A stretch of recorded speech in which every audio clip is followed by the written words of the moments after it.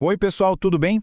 Hoje a gente vai fundo em um dos pilares da doutrina espírita, a caridade. Mas olha, não é só aquela ideia de dar alguma coisa para alguém.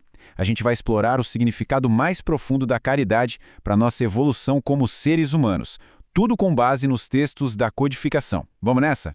Então, para a gente começar, fica aqui uma pergunta que é central para tudo isso. Se fosse preciso escolher uma única virtude, sabe? Uma espécie de bússola para guiar todo o nosso progresso moral, espiritual, qual seria? É justamente essa a questão que a doutrina espírita se propõe a responder de uma forma bem clara e definitiva. Ok, mas antes de chegar na resposta, a gente precisa entender qual é o problema, né? A filosofia espírita identifica dois grandes obstáculos no caminho do progresso da humanidade: o egoísmo e o orgulho. E o ponto aqui é o seguinte: o egoísmo não é só um defeito. Ele é o oposto total da caridade. É a negação dela. Onde um existe, o outro simplesmente não consegue sobreviver. E é essa oposição que acaba criando um estado de conflito sem fim na sociedade. Essa batalha de interesses que impede a gente de viver em paz. E olhem só o impacto disso. Essa citação da Revista Espírita, lá de 1861, é muito forte. Ela mostra que, quando o egoísmo e o orgulho dominam, nem os laços que a gente considera mais sagrados, como os da família, são poupados.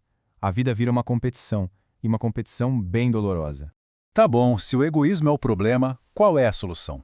A doutrina espírita não fica só apontando a ferida, não. Ela oferece o remédio, e esse remédio está totalmente baseado nos ensinamentos do Cristo.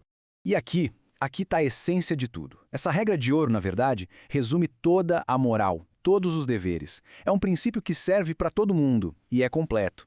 Se a gente realmente seguisse isso, como dizem os escritos, a felicidade seria uma realidade. E coisas como ódio, ressentimento e até a pobreza seriam eliminadas. Agora, o que é fascinante aqui é como o Espiritismo dá um passo adiante. Ele não coloca a caridade só como um dever religioso ou um conselho de moral. Não. Ele demonstra que a caridade é uma lei da natureza, tão fundamental quanto, sei lá, a lei da gravidade. A solidariedade entre todos os seres faz parte das regras do universo. Beleza, já entendemos o princípio. Mas e na prática, como é que isso funciona? A caridade não é uma coisa só, ela tem duas faces. Duas faces diferentes, mas que se completam, a material e a moral. Essa comparação ajuda a gente a ver bem a diferença. De um lado, a caridade material é a doação, a esmola, a ajuda com bens para aquelas dificuldades que a gente consegue ver. E ela é importantíssima. Mas do outro lado, tem a caridade moral, que é a doação de si mesmo, ter paciência, ser indulgente com o erro do outro, perdoar, se esforçar para não julgar. É a caridade que a gente pratica nos pensamentos, nas palavras e nos atos do dia a dia. Pois é, e é aí que mora o desafio. Como o Evangelho segundo o Espiritismo nos lembra, a caridade moral é de longe a mais difícil de praticar. Ué, por quê? Porque ela não custa dinheiro, não custa nada material, mas ela exige um sacrifício constante do nosso egoísmo e do nosso orgulho. E para não ficar nenhuma dúvida, as fontes dão exemplos bem práticos. Praticar a caridade moral é saber a hora de ficar em silêncio para não humilhar alguém. É escolher ignorar uma provocação.